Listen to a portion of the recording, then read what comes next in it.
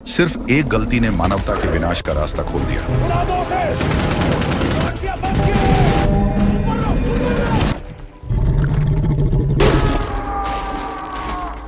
1993 में जब क्रिस्पर तकनीक आई तो लगा कि हम ईश्वर बन गए हैं और हर बीमारी को हरा देंगे। लेकिन 2016 तक आते आते यह वरदान एक अभिशाप बन गया। अमेरिकी खुफिया एजेंसियों ने इसे सामूहिक विनाश का हथियार घोषित कर दिया, क्योंकि वे जानते थे कि जीन्स से छेड़छाड़ दुनिया को खत्म कर सकती है। इसके बावजूद एक प्राइवेट कंपनी ने इस जेनेटिक एडिटिंग के प्रयोग को स्पेस में जारी रखा, पर वहां एक ऐसी गड़बड़ी हुई जिसने एक छोटे से चूहे को विकराल रूप दे दिया। उस चूहे ने पूरे क्रू को मार डाला। स्पेस क्राफ्ट किसी भी वक्त फट सकता था। इकलौती बची डॉक्टर एस्केप कैप्सूल की ओर भागी, लेकिन उसे बाहर निकलने नहीं दिया गया। कंपनी की तरफ से आदेश मिला कि जब तक वह सैंपल के सारे कैंस नहीं लाती, दरवाजा नहीं खोला जाएगा। मजबूरन डॉक्टर लैब में पहुंची और सैंपल इकट्ठा करने लगी। तभी वह विकराल चूहा डॉक्टर का शिकार करने के लिए उसकी ओर तेजी से झपटा। किसी तरह डॉक्टर सैंपल लेकर स्पेस क्राफ्ट से बाहर निकली और सही समय पर कैप्सूल का दरवाजा बंद कर दिया। हालांकि इस बीच चूहे के नाखूनों ने कैप्सूल की खिड़की पर गहरे निशान डाल दिए। डॉक्टर इस मुश्किल से निकल तो गई, लेकिन तभी खिड़की का कांच टूटा और पूरा कैप्सूल आग के गोले में तब्दील होकर मलबे में बदल गया। दूसरी तरफ बंदरों पर रिसर्च करने वाला वैज्ञानिक डेविस अपने स्टूडेंट्स को प्रैक्टिकल के लिए वाइल्ड लाइफ सैंक्चुअरी ले जा रहा था। सब हंसी मजाक करते आगे बढ़ रहे थे। तभी अचानक पास ही एक जोरदार धमाका हुआ, लेकिन डेविस ने इसे गोरिल्ला का इलाका समझकर नजरअंदाज कर दिया। इस जू में कई गोरिल्ला थे जिन्हें डेविस पहले ही ट्रेन कर चुका था, लेकिन एक गोरिल्ला नया था, पावोज। जैसे ही उसने डेविस और स्टूडेंट्स को देखा, जोर जोर से गुर्राने लगा। डेविस उसे शांत कराने की कोशिश कर ही रहा था कि तभी पीछे एक विशाल सफेद गोरिल्ला नजर आया। कॉनर डर से कांप उठा। डेविस बार बार कह रहा था, भागना मत, लेकिन कॉनर अचानक भाग पड़ा। बस फिर क्या था, पावोस उसको दौड़ा लिया। कॉनर की जान खतरे में थी। तभी अचानक सफेद गोरिल्ला बीच में आ गया। उसने कॉनर को बचा लिया। उसका नाम था जॉर्ज, जिसका डेविस के साथ एक अलग ही रिश्ता था। वे इशारों में बात करते थे और एक दूसरे का मजाक उड़ाने का कोई मौका नहीं छोड़ते थे। हंसी मजाक के बीच ही डेविस ने जॉर्ज से अनुरोध किया कि वह पावो को अपना ले। बेचारे के परिवार को शिकारियों ने मार डाला था। आखिरकार जॉर्ज मान गया और उसने तय किया कि अब से वह पावो की रक्षा करेगा। उसी रात सन्नाटे को चीरते हुए एक एयरक्राफ्ट कैप्सूल का मलबा वाइल्ड लाइफ सैंक्चुअरी के पास आ गया। जॉर्ज वहां पहुंचा तो देखा सिर्फ एक छोटे से कैन के गिरने से ही जमीन में गहरा गड्ढा बन गया था। जैसे ही उसने उस कैन को छुआ, उससे निकल रही गैस उसके अंदर चली गई। इसी दौरान दूसरा कैन भेड़ियों के इलाके में गिरा और तीसरा तालाब में जा गिरा। ये वही खतरनाक सैंपल था जिसके असर से एक छोटा सा चूहा भी विकराल रूप ले चुका था। भेड़ियों के इलाके में एक भेड़िए ने उस गैस को सूंघ लिया। इधर तालाब में एक मगरमच्छ ने पूरा कैन ही निगल लिया। अगली सुबह डेविस घबराहट में जल्दी जल्दी जू पहुंचा। जॉर्ज ने पावो को मार डाला था और गुफा के अंदर बैठा अजीब तरीके से गुर्रा रहा था। तभी डेविस ने एक और चौंकाने वाली बात नोटिस की। जॉर्ज का आकार सिर्फ एक रात में ही काफी बड़ा हो चुका था। उसी वक्त रेडियो पर कॉनर का मैसेज आया। उसे गोरिल्ला एरिया में कुछ बेहद अजीब चीज मिली थी। उस कैन के रास्ते में आने वाले हर पेड़ गिर चुके थे और आसपास की मिट्टी तक जल चुकी थी। डेविस ने सावधानी से उस कैन को उठाया, लेकिन कोई भी समझ नहीं पा रहा था कि आखिर ये चीज है क्या। कहानी हमें एक लालची कंपनी एनर्जेन के हेडक्वार्टर में ले जाती है। यही वह कंपनी थी जिसने क्रिस्पर तकनीक की मदद से स्पेस में प्रोजेक्ट रैम्पेज पर काम किया था, ताकि इसे एक खतरनाक जैविक हथियार के रूप में बेचा जा सके। इस कंपनी को भाई बहन क्लेयर वाइडेन और ब्रेट वाइडेन चलाते थे। क्लेयर को यकीन था रैम्पेज अभी खत्म नहीं हुआ है, क्योंकि विस्फोट से ठीक पहले डॉक्टर एटकिंस पैथोजन कैंस लेकर निकल चुकी थी। ये कैंस इतने मजबूत थे कि किसी भी धमाके को सह सकते थे। खबर भी आ रही थी कि सदर्न व्योमिंग में एक उल्कापिंड को गिरते हुए देखा गया है, मतलब वे पैथोजन कैंस हो सकते हैं। उसी पल क्लेयर ने अपनी पूरी फौज को पैथोजन कैंस ढूंढने के लिए व्योमिंग रवाना कर दिया। उस टीम का लीडर था बर्क। इधर एनर्जी ने कंपनी की एक पूर्व कर्मचारी को एक बड़ी खबर मिली। ब्रेट वाइडेन रिपोर्टरों को बता रहा था कि उनके स्पेस मिशन का पूरा क्रू खत्म हो चुका है। खबर यह भी थी कि विस्फोट के बाद स्पेस क्राफ्ट का मलबा San Diego wildlife sanctuary के पास गिरा था। ये सुनते ही डॉक्टर केट कार्डवेल तुरंत वाइल्ड लाइफ सैंक्चुअरी के लिए निकल पड़ी। उधर बर्क और उसकी फौज उस जगह तक पहुंच गए जहां एक केन गिरा था, लेकिन कैन बुरी तरह डैमेज हो चुका था। आसपास का मंजर और भी खौफनाक था। वहां के सारे भेड़िए मारे जा चुके थे। ये देखकर क्लेयर तुरंत समझ गई किसी एक भेड़िए ने उस सैंपल को ले लिया है। अब क्लेयर को वो भेड़िया चाहिए, जिंदा या मुर्दा। बर्क ने हामी भरी और बिना वक्त गंवाए उस खतरनाक भेड़िए का शिकार करने निकल पड़ा। दूसरी तरफ डेविस ने उस केन के बारे में सच जानने के लिए हर संभव मदद जुटानी शुरू कर दी। वहां डॉक्टर केट कॉल्डवेल पहले से मौजूद थी। उसने डेविस को बताया कि वह एनर्जी ने कंपनी में एक जेनेटिसिस्ट है। ये केन दरअसल उसका ही रिसर्च सैंपल है और उसे हर हाल में वापस चाहिए। लेकिन डेविस इतनी आसानी से मानने वाला नहीं था। उसने साफ शब्दों में कह दिया, जब तक मुझे ये नहीं पता चल जाता कि इस सैंपल ने मेरे गोरिल्ला के साथ क्या किया है, मैं इसे तुम्हें वापस नहीं दूंगा। इस बीच जॉर्ज की भूख बेकाबू बेकाबू होती जा रही थी। आखिरकार केट ने डेविस को क्रिस्पर तकनीक का सच बताया कि कैसे अलग अलग जीवों के सबसे शक्तिशाली जीन्स को मिलाकर एक ऐसा सुपर जेनेटिक जीव तैयार किया जा सकता है जिसकी ताकत का कल्पना करना भी मुश्किल है। तभी जॉर्ज भूख और शरीर में हो रहे बदलावों की वजह से अपना आपा खो बैठा। इससे पहले कि डेविस उसे शांत कर पाता, जॉर्ज ने पिंजरे की मजबूत सलाखों को तिनके की तरह सैंक्चुअरी के अंदर अफरा तफरी मच गई। देखते ही देखते जॉर्ज ने जू की दीवार के उस पार छलांग लगा दी, एक कार को खिलौने की तरह मसल डाला। किसी ने पुलिस को फोन कर दिया। पुलिस बल ने मौके पर पहुंचते ही जॉर्ज पर अपनी बंदूकें तान दी। डेविस उन्हें रोकने की कोशिश कर रहा था, लेकिन तभी पुलिस ने जॉर्ज पर ट्रैंक्विलाइजर गन से गोलियों की बौछार कर दी। दवा का असर होते ही जॉर्ज निढाल होकर जमीन पर गिर पड़ा। दूसरी तरफ बर्क की टीम को जंगल में विशालकाय पैरों के निशान मिले। तभी अचानक झाड़ियों में आहट हुई। सबने तुरंत अपनी अपनी पोजीशन ले ली, लेकिन वो सिर्फ हिरणों का झुंड था जो जान बचाकर भाग रहा था किसी खौफनाक चीज से। अगले ही पल वो सामने आ गया, एक विशालकाय भेड़िया जिसने पलक झपकते ही एक सोल्जर को दबोच लिया। टीम ने अंधाधुंध फायरिंग शुरू कर दी। बर्क हैरान रह गया। उस भेड़िए का आकार किसी दैत्य जैसा और रफ्तार बिल्कुल चीते जैसी थी। उधर क्लेयर और ब्रिट ये सब लाइव स्क्रीन पर देख रहे थे। क्लेयर तुरंत समझ गई, अब उस भेड़िए पर उनके फॉर्मूले का असर पूरी तरह हो चुका है, उसे मारा नहीं जा सकता। और हुआ भी वैसा ही। बर्क के साथी एक एक करके उसका शिकार बनते गए। आखिर में बर्क का आमना सामना उस भेड़िए से हुआ। उसने गोली चलाई, लेकिन कोई असर नहीं। डर के मारे बर्क भागा और पायलट से मदद मांगी। हेलीकॉप्टर पहुंचते ही भेड़िए पर गोलियों की बारिश होने लगी, लेकिन अगले ही पल भेड़िए ने चीते की तरह छलांग लगाई और सीधे हवा में उछलकर गनर को ही दबोच लिया। हेलीकॉप्टर बेकाबू होकर पहाड़ से टकरा गया। उस धमाके के साथ ही पायलट का अंत हो गया। रही बात बर्क की, तो वो भी भेड़िए का निवाला बन गया। इधर डेविस का डॉक्टर केट कार्डवेल के साथ पाया जाना FBI के मन में शक पैदा कर रहा था। उन्हें लग रहा था कि गोरिल्ला पर हुआ यह खतरनाक एक्सपेरिमेंट उन दोनों की मिली भगत का नतीजा है। उन दोनों को भी बंदी बना लिया गया और बेहोश जॉर्ज के साथ उसी मिलिट्री कार्गो प्लेन में डाल दिया गया। तभी डेविस की नजर जॉर्ज के उन जख्मों पर पड़ी जो पिंजरा तोड़ते वक्त उसे लगे थे।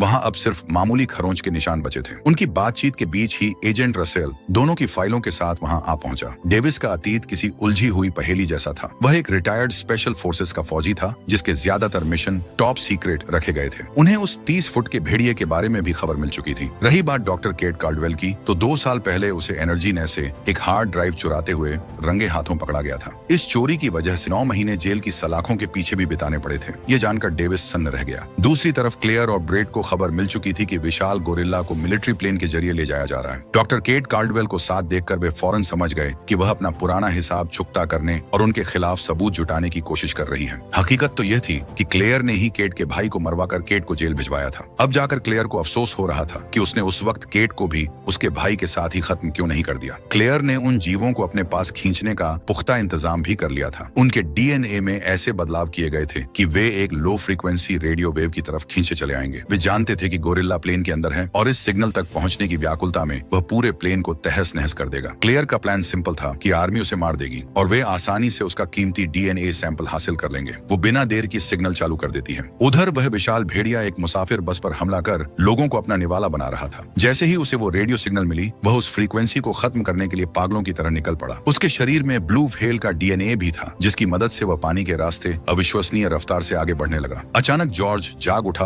और एक झटके में उसने लोहे के पिंजरे को तिनके की तरह तोड़ दिया। एजेंट रसेल ने शूट एट साइट का आदेश दे दिया। भारी भरकम जॉर्ज की हलचल से प्लेन हवा में डगमगाने लगा। सैनिकों ने उस पर अंधाधुंध गोलियों की बौछार कर दी, लेकिन क्रिस्पर के असर से उसकी खाल किसी कछुए के कवच की तरह मोटी और अभेद्य हो चुकी थी। सैकड़ों गोलियां भी उसका बाल तक बांका नहीं कर सकी। जॉर्ज किसी खूंखार शिकारी की तरह सैनिकों को चींटियों की तरह कुचलता जा रहा था। इसी अफरा तफरी के बीच डेविस ने खुद को आजाद किया और फौरन ट्रैंक्विलाइजर गन रिलोड करने लगा। तभी रसेल की गन खाली हो गई और वह सीधे जॉर्ज के खूनी पंजों के नीचे आ गया। डेविस की उंगली ट्रिगर पर थी, लेकिन उसे एहसास हुआ कि अगर उसने जॉर्ज को बेहोश कर दिया तो ये सैनिक उसे मार डालेंगे। तभी पीछे से एक सैनिक ने दोबारा फायरिंग शुरू कर दी। गुस्से से पागल जॉर्ज ने उस सैनिक को दबोच लिया, लेकिन इस गोलाबारी में एक गोली सीधे पायलट को जा लगी और कई गोलियां इंजन में घुस गईं। विमान बेकाबू हो गया और आग के गोले में तब्दील होकर तेजी से जमीन की ओर गिरने लगा। अब डेविस के सामने दोहरी चुनौती थी, बेकाबू जॉर्ज के कहर से बचना और विमान के जमीन से टकराने से पहले सुरक्षित बाहर निकलना। डेविस ने फुर्ती दिखाई और भारी भरकम माल ढोने वाला एक वाहन जॉर्ज के ऊपर गिरा दिया, जिससे कुछ पलों के लिए उसकी रफ्तार थम गई। इसी बीच केट ने अपना पैराशूट पहना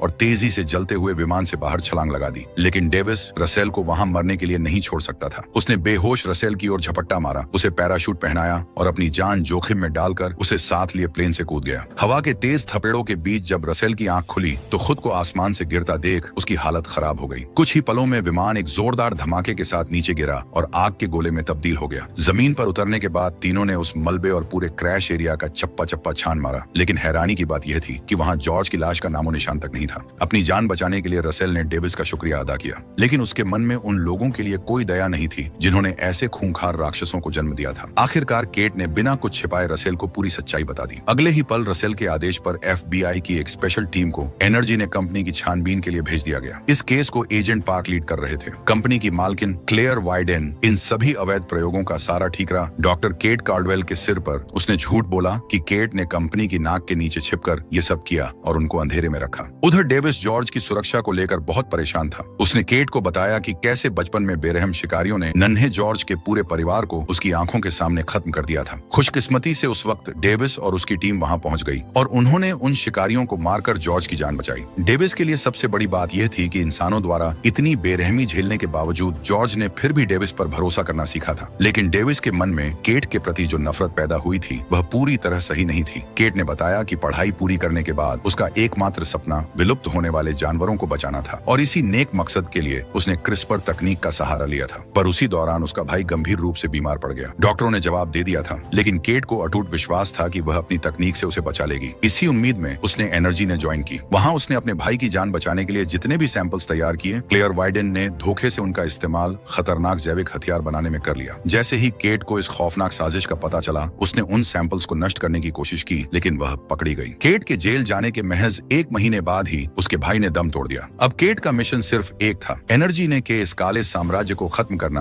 ताकि कोई और मासूम इसकी भेंट न चढ़े। उसकी सच्चाई जानने के बाद डेविस का दिल पिघल गया। जल्द ही बचाव दल उन्हें स्कॉट एयर फोर्स बेस ले आया, जहां कर्नल ब्लैक पूरे ऑपरेशन की कमान संभाल रहे थे। स्क्रीन पर साफ दिख रहा था कि विशाल गोरिल्ला और भेड़िया सीधे शिकागो की ओर बढ़ रहे हैं। रसेल ने केट और डेविस का परिचय कराया। केट ने तुरंत चेतावनी दी कि शायद एनर्जी ने एक लो फ्रीक्वेंसी सिग्नल भेज रहा है जो इन जानवरों को अपनी ओर खींच रहा है। उनके रास्ते में आने वाली हर चीज तबाह हो जाएगी। डेविस ने भी साफ कहा, उन्हें हथियारों से रोकना नामुमकिन है, शहर खाली करवाना ही होगा। लेकिन कर्नल ब्लैक उनकी बात नहीं सुनते। उन्हें अपने जवानों और मिसाइलों पर पूरा भरोसा था। जैसे ही FBI का आदेश पहुंचा, बिना किसी देरी के केट और डेविस को हिरासत में ले लिया गया। वे दोनों अच्छी तरह जानते थे कि अगर शिकागो को तबाही से बचाना है तो R-19 का डोज ही उन जानवरों को काबू करने का एकमात्र रास्ता है। अपनी योजना को अंजाम देने के लिए उन्होंने मौका पाकर सैनिकों को छकाया और उन्हें बेहोश कर वहां से भाग निकले। अब उनकी सबसे बड़ी चुनौती एक हेलीकॉप्टर की तलाश थी जो उन्हें समय रहते शिकागो पहुंचा सके। मिलिट्री के कड़ी सुरक्षा वाले हेलीकॉप्टर चुराना नामुमकिन था, इसलिए उन्होंने अस्पताल के एयर एम्बुलेंस हेलीकॉप्टर को चुराने का फैसला किया। उन्हें एक खाली हेलीकॉप्टर मिल गया। इससे पहले कि डेविस उसका दरवाजा तोड़ता, एजेंट रसेल वहां पहुंच गया। केट ने रसेल को समझाने की कोशिश की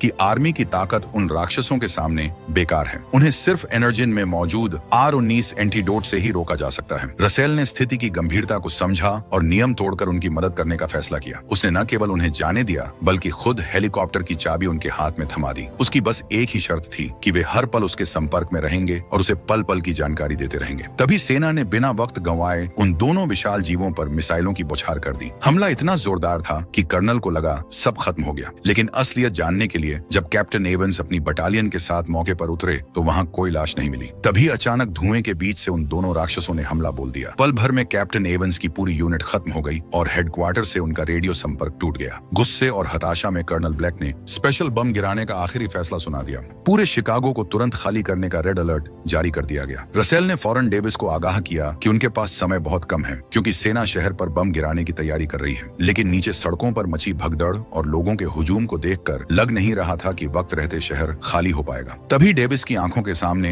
एक उड़ती हुई कार बिल्डिंग से जा टकराई। जॉर्ज और वह भेड़िया, जिसका नाम लोगों ने राल्फ रख दिया था, शहर में दाखिल हो चुके थे। उस लो फ्रीक्वेंसी सिग्नल के जुनून में वे अपने रास्ते में आने वाली हर चीज को कुचल रहे थे। जब एक मिलिट्री हेलीकॉप्टर ने उनके करीब जाकर फायरिंग की कोशिश की तो राल्फ ने छलांग लगाकर उसे हवा में ही अपने जबड़ों से दबोच लिया। वही जॉर्ज ने एक कार फेंककर दूसरे हेलीकॉप्टर को जमींदोज कर दिया। इसी अफरा तफरी के बीच एक मासूम कुत्ता बेखौफ होकर उस विशाल भेड़िए पर भौंक रहा था। लेकिन जैसे ही राल्फ ने पलटकर भयानक गर्जना की, वो दुम दबाकर भाग निकला। अब सेना ने दूरी बनाकर फायरिंग शुरू कर दी, पर तभी कुछ ऐसा हुआ जिसे देख डेविस सन्न रह गया। उस भेड़िए ने अपनी पीठ के नुकीले बालों को, जो अब लोहे की कीलों की तरह सख्त हो चुके थे, किसी गन की बुलेट की तरह हेलीकॉप्टर पर दाग दिया। उसके एक ही वार से मिलिट्री हेलीकॉप्टर मलबे में तब्दील हो गया। उन दोनों दरिंदों को रोकना नामुमकिन लग रहा था, जबकि शहर की आधी आबादी अब भी अपनी जान बचाने के लिए फंसी हुई थी। तभी एक और भयानक आफत के आने की खबर मिली। वह विशालकाय मगरमच्छ, जिसने पैथोजन केन को निगल लिया था, शिकागो के तट तक पहुंच चुका था। शहर में दाखिल होते ही उसने ने उस शिप को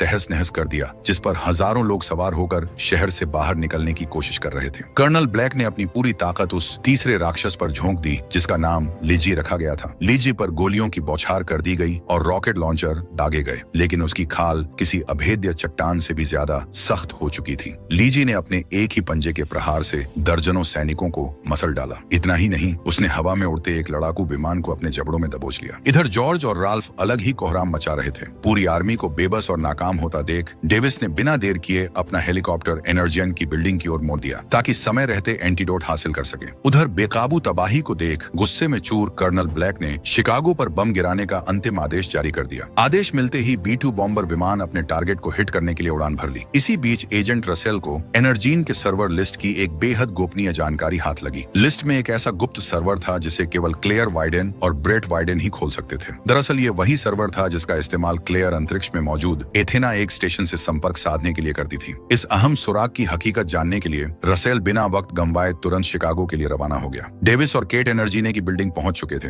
तभी रसेल का एक खौफनाक संदेश मिला, आधे घंटे में शहर पर बॉम्बिंग होने वाला है। केट ने किसी तरह लैब से R-19 एंटीडोट ढूंढ निकाला। उसने अभी कुछ डोज निकाले ही थे कि तभी क्लेयर और उसका भाई ब्रेट वहां आ धमके। बंदूक की नोक पर उन्होंने केट से एंटीडोट छीन लिए और डेविस पर गोली चला दी। क्लेयर ने केट को बंदी बना लिया क्योंकि उसके लिए केट अब उनके एक्सपेरिमेंट को आगे बढ़ाने का एकमात्र जरिया थी। वे केट को लेकर बिल्डिंग की छत की ओर भागे जहां उनका हेलीकॉप्टर इंतजार कर रहा था, लेकिन वहां पहुंचने से पहले ही जॉर्ज, लीजी और राल्फ ने बिल्डिंग पर धावा बोल दिया। जॉर्ज की भयानक गर्जना सुनते ही डरपोक ब्रेट वहां से भाग और क्लेयर भी अपनी जान बचाने के लिए हेलीपैड से नीचे उतर गई। गुस्से में पागल जॉर्ज ने हेलीकॉप्टर के पायलट को दबोचकर हवा में उछाल दिया। अनियंत्रित हेलीकॉप्टर केट के ऊपर ही गिरने वाला था कि तभी डेविस ने ऐन वक्त पर आकर उसकी जान बचाई। केट ने एक एंटीडोट छिपा लिया था जिसे वह जॉर्ज को खिलाकर वापस होश में ला सकते थे। इसके लिए केट ने क्लेयर का ही इस्तेमाल किया। उसने क्लेयर को दबोचा और वह एंटीडोट उसके हाथ में थमाकर उसे सीधे जॉर्ज के सामने धकेल दिया। जॉर्ज ने एंटीडोट समेत क्लेयर को एक ही झटके में निगल लिया। उधर ब्रेट रसेल के हत्थे चच गया। उसने अपनी जान बचाने के लिए रसेल से सौदा किया और सारे सबूतों वाला लैपटॉप उसे सौंप दिया, यह कहते हुए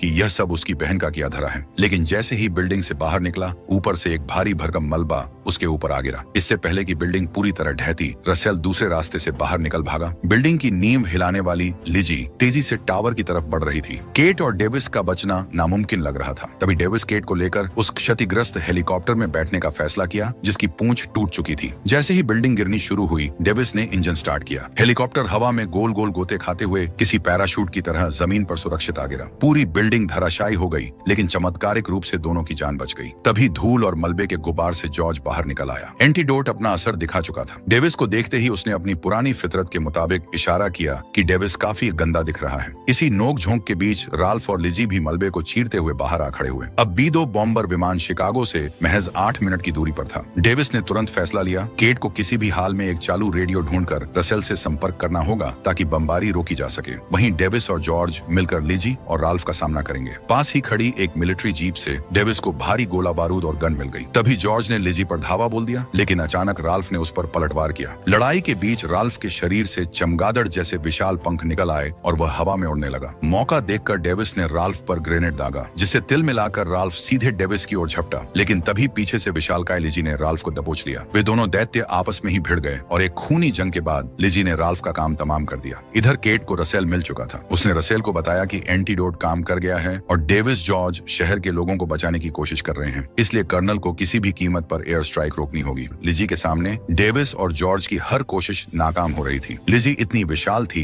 कि उसका कोई तोड़ नहीं मिल रहा था। डेविस अपनी जान बचाने के लिए भागा, लेकिन लिजी ने उसे घेर लिया। इससे पहले कि लिजी के खौफनाक जबड़े डेविस को निगलते जॉर्ज कहर बनकर उस पर टूट पड़ा। उसने नुकीले सरिये से लिजी के सिर पर लगातार घातक वार करना शुरू कर दिया। उधर एयरफोर्स बेस पर कर्नल ब्लैक एक गहरे धर्म संकट में फंसे थे। उन्हें खबर मिली कि टारगेट जोन में अब भी हजारों मासूम लोग फंसे हैं, लेकिन उन राक्षसों को रोकना भी जरूरी था। इसी बीच शिकागो की सड़कों पर लिजी ने जॉर्ज के पैर को अपने खौफनाक जबड़ों में जकड़ लिया था। डेविस ने फुर्ती दिखाई और विस्फोटकों का पूरा जखीरा लिजी के कान के छेद में झोंक दिया। एक जोरदार धमाका हुआ और लिजी शांत पड़ गई। डेविस को लगा सब खत्म हो गया, लेकिन अगले ही पल लिजी फिर से गरज उठी और अपनी भारी भरकम पूंछ का प्रहार सीधे डेविस पर किया। डेविस को बचाने की कोशिश में जॉर्ज बुरी तरह घायल हो गया। लोहे की एक नुकीली पाइप उसके सीने के आर पार हो गई। डेविस ने लिजी का ध्यान भटकाने के लिए पास ही पड़ी एक क्षतिग्रस्त हेलीकॉप्टर की गन से उस पर फायरिंग शुरू कर दी और मिसाइलें दाग दी, लेकिन लिजी पर उनका कोई असर नहीं हुआ। वह पूरे हेलीकॉप्टर को ही चबा गई। जैसे ही लिजी ने डेविस को निगलने के लिए अपना मुंह खोला, जॉर्ज अपनी आखिरी ताकत बटोरकर हवा में उछला और वही लोहे का सरिया लिजी की आंखों के रास्ते उसके दिमाग में उतार दिया। वह दैत्य ढेर हो गया। मामला काबू में देख कर्नल ने आखिरी सेकंड में मिशन अबॉर्ट का आदेश दिया और बॉम्बर विमान वापस मुड़ गए। लेकिन जीत की खुशी मातम में बदल गई जब जॉर्ज निढाल होकर गिर पड़ा। डेविस उसे बचाने के लिए भागा